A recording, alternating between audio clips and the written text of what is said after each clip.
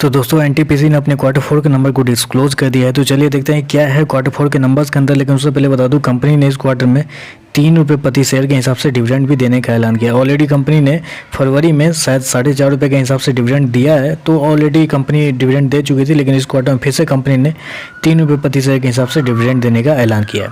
चलिए नंबर देख लेते हैं। नंबर क्या है, डाटा बेसिकली क्रॉस में दिया हुआ है। पिछले क्वार्टर की बात करें तो पिछले क्वार्टर में कंपनी का टोटल रेवेन्यू जो कंपनी ने ऑपरेशन के थ्रू जनरेट किया था अप्रोक्सीमेटली 44,601 करोड़ के आसपास। पिछले साल मात्र 37,85 करोड़, जबकि अभी देखें तो गिर के 44,252 करोड़ के आसपास है।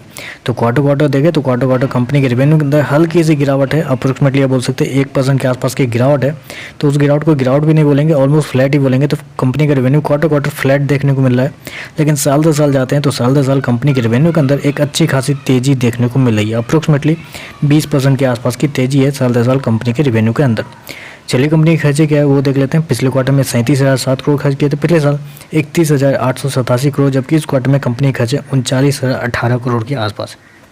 तो ये दिक्कत है हल्की सी यहाँ पे। मैंने आपको क्या बताया कि क्वार्टर 1% के आसपास की गिरावट है कंपनी के रेवेन्यू के अंदर। लेकिन जब कंपनी के एक्सपेंस के अंदर जाता है तो कंपनी का एक्सपेंस बढ़ा हुआ देखने को मिल रहा है। जी हाँ, अप्रोक्सीमेटली आप बोल सकते हैं 6% के आसपास का जंप है कंपनी के एक्सपेंस के अंदर क्वार्टर, जो मेरे हिसाब से थोड़ा सा निगेटिव है कंपनी के लिए। चलिए कंपनी का ओवरऑल प्रॉफिट क्या बन के आता है वो देख लेते हैं।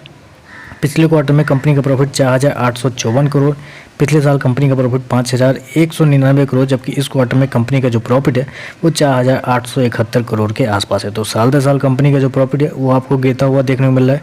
जबकि क्वार्टर जाते हैं तो क्वार्टर कंपनी का जो प्रॉफिट है ऑलमोस्ट फ्लैट देखने को मिल रहा है। जबकि इस क्वार्टर में कंपनी को पिछले क्वार्टर के मुकाबले टैक्स भी कम देखने को मिला है। चलिए ईपीएस देख लेते हैं। ईपीएस क्या है, पिछले क्वार्टर की बात करें, पिछले क्वार्टर में 6.64, पिछले साल 5.12, अभी देखें तो 4.71 के आसपास है। तो ओवरऑल देखें तो इस क्वार्टर के नंबर साल दर साल देखें तो साल दर साल कंपनी का रेवेन्यू बढ़ा हुआ है, साल दर साल देखें तो साल दर साल कंपनी का प्रॉफिट गिरा हुआ है। मतलब थोड़े से मिक्स नंबर है। जहाँ साल दर साल कंपनी का रेवेन्यू बढ़ा हुआ है वहाँ कंपनी का प्रॉफिट साल दर साल गिरा हुआ है। और जहाँ कंपनी का प्रॉफिट रेवेन्यू साल दर साल ऑलमोस्ट फ्लैट है, वहाँ देखें तो साल दर साल कंपनी का जो प्रॉफिट है वो भी ऑलमोस्ट फ्लैट है। तो थोड़े से मिक्स टाइप के नंबर है, देखते हैं मार्केट इसको कैसे रेट करेगा। लेकिन मेरे हिसाब से मिक्स टाइप के नंबर है। अगर थोड़ी सी गिरावट भी आती है तो एनटीपीसी के लिए मेरे हिसाब से एक अपॉर्चुनिटी होगी वहाँ बाई करने का। तो बस आज के लिए बस इतना ही। वीडियो पसंद आए तो लाइक कीजिएगा, साथ में साथ चैनल को सब्सक्राइब जो कीजिएगा। धन्यवाद।